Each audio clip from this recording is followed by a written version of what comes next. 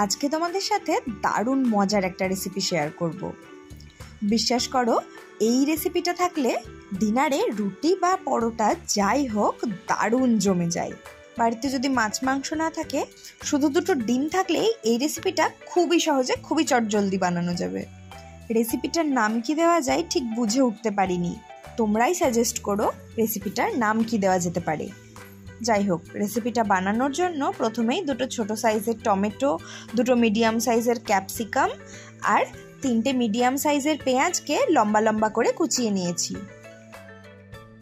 এবারে একটা পাত্রে 4টে ডিম ফাটিয়ে নিচ্ছি।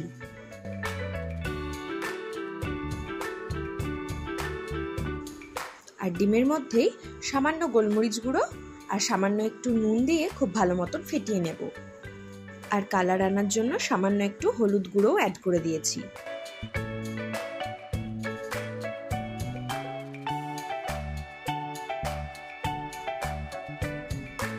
এবারে একটা কড়াইতে 2 টেবিল চামচ মতো তেল গরম করে তেলের মধ্যে ডিমের গোলাটা দিয়ে দেব।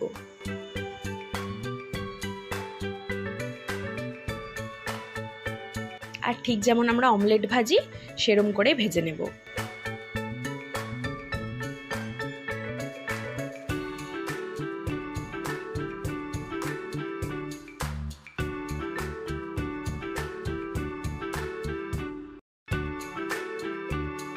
আর ভাজা হয়ে গেলে অমলেটটাকে একটা প্লেটের মধ্যে নামিয়ে নিয়ে ছোট ছোট টুকরো করে কেটে নেব।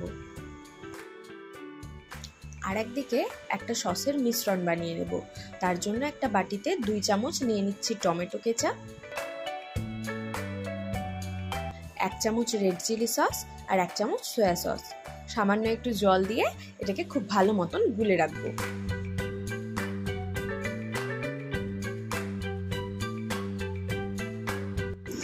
সমস্ত উপকরণ আমি রেডি করে নিয়েছি। এবারে আবারও কড়াইতে বেশ খানিকটা তেল গরম করে তাতে দিয়ে দিচ্ছি কুচিয়ে রাখা রসুন। এরই সাথে কুচনো কাঁচা লঙ্কা আর কুচনো পেঁয়াজটাও অ্যাড করে দিলাম। এবারে রসুন আর পেঁয়াজটাকে খুব ভালো মতন ফ্রাই করব তেলের মধ্যে।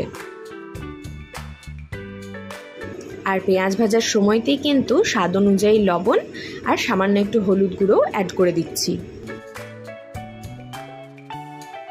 পেঁয়াজের কালারটা এরকম লালচে হয়ে এলেই এই পর্যায়ে 1 চামচ আদার পেস্ট দিয়ে দিচ্ছি। আর আদার পেস্টটাকে পেঁয়াজের সাথে খুব ভালো মতন কষাবো। 1 থেকে 1.5 মিনিট মতো কষালেই দেখবে আদার কাঁচা গন্ধটা চলে গেছে। এই পর্যায়ে অ্যাড করে দেব কুচিয়ে রাখা ক্যাপসিকাম আর টমেটোটা।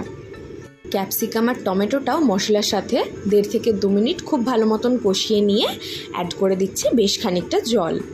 খুব বেশি জল ব্যবহার করার দরকার নেই, কারণ এই রেসিপিটা একটু মাখা মাখা হবে। আর জল অ্যাড করার পর খুব ভালো মতো একবার মিশিয়ে নিয়ে ঢেকে রান্না করব। তাহলে কিন্তু ক্যাপসিকাম, টমেটো, পেঁয়াজ সব কিছু খুব ভালো মতন সেদ্ধ হয়ে যাবে। 4 থেকে 5 মিনিট পর ঢাকনা খুলে অ্যাড করে দিচ্ছি টুকরো করে রাখা অমলেটগুলো।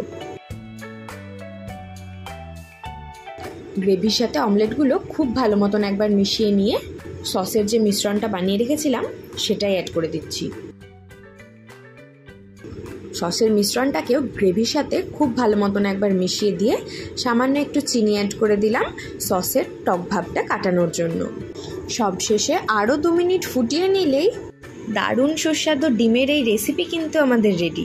দেখতেই তো পেলে কত কম টাইমে আর কত অল্প উপকরণেই কিন্তু রেসিপিটা বানিয়ে ফেললাম। একটু টক, একটু ঝাল, একটু মিষ্টি মিষ্টি এই রেসিপিটা কিন্তু দারুণ লাগে খেতে রুটি পরোটার সাথে।